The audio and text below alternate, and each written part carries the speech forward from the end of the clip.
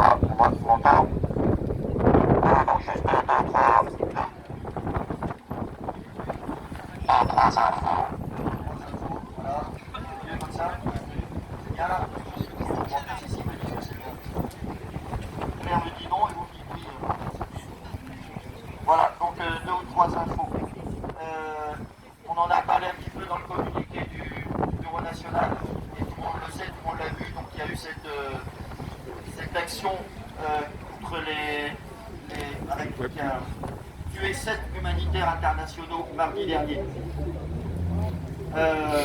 Comme d'habitude, Israël a annoncé une enquête interne.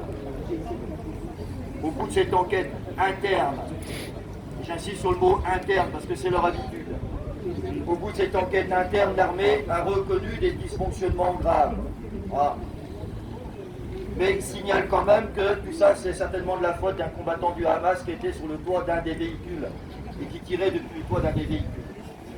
Et en conséquence de ces fautes, de ces dysfonctionnements graves, Israël annonce avoir émis 2 responsables, ce qui, paraît-il, ne s'était jamais vu auparavant.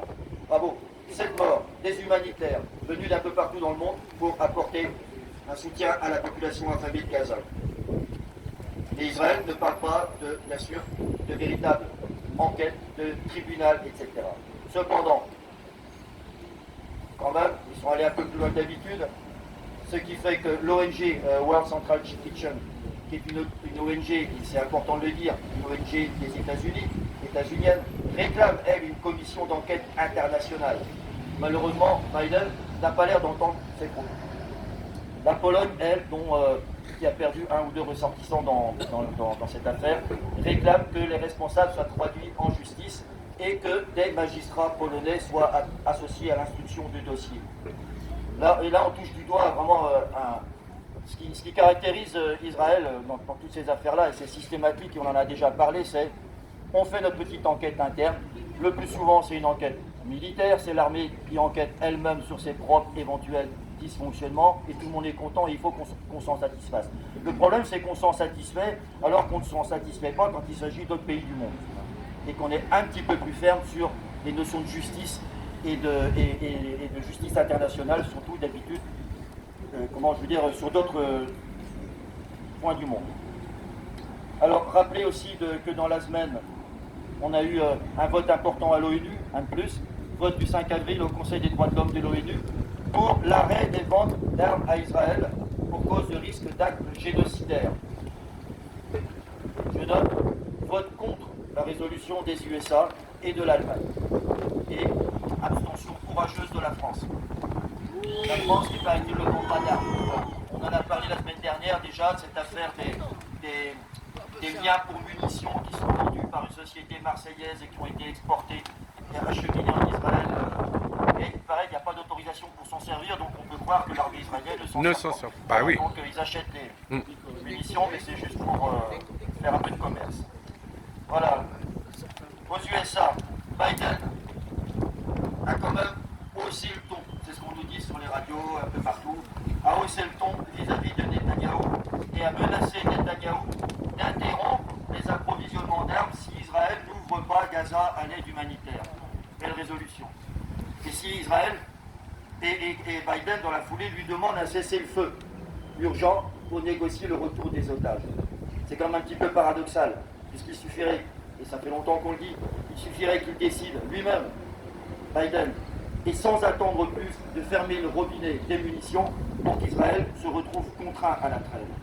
Il y a quelque chose de totalement surréaliste d'entendre les Américains dire « Attention, on va finir par ne plus vous livrer d'armes », alors qu'ils peuvent le faire depuis le début.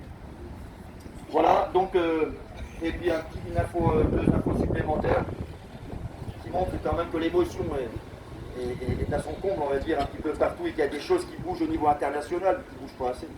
Au Royaume-Uni, ce sont 600 juristes qui appellent leur gouvernement à suivre l'exemple du Canada et aussi l'exemple de l'Espagne et de l'Italie. Et donc qui appellent le gouvernement du Royaume-Uni à cesser toute livraison d'armes à Israël. Bon, en France, on n'a pas entendu grand-chose là-dessus. Et enfin, juste avant de terminer, pour vous signaler que sur le site de la FPS Alors FPS local et FPS national, vous trouverez les deux. FPS local, c'est Palestine Solidarité Trégor, si on tombe dessus. Vous trouverez non seulement notre pétition qui est toujours en cours, un bouton pour l'appel à tout pour Gaza, mais depuis hier ou avant-hier, une pétition aussi pour que Israël ne soit pas autorisé à participer à l'Eurovision. Parce que sur le plan symbolique, ça nous semble tout à fait incongru, inconcevable qu'Israël continue de participer à l'Eurovision. Voilà, et la pétition s'intitule « L'Eurovision ne doit pas blanchir le génocide ». Voilà, donc on vous invite évidemment à signer. On vous donne rendez-vous pour une prochaine mobilisation. Peut-être que les choses sont en train de bouger actuellement, mais on est en droit de rester. Voilà, donc soyez attentifs. Alors on a des soucis pour faire passer l'information. Il y a toujours des gens qui nous disent qu'ils n'ont pas reçu de messages, etc. Je vous invite, pour ceux qui reçoivent les messages de la FPS Trégor, à aller consulter régulièrement votre liste de spam ou de mise en quarantaine, etc. Parce qu'on a de plus en plus de messages qui atterrissent dans la boîte spam. C'est mon cas personnellement. Voilà. Donc, et à nous signaler si vous recevez plus alors que vous receviez avant. On a créé une nouvelle messagerie pour essayer de pallier à ce problème. Voilà. Merci à vous et puis malheureusement à très bientôt.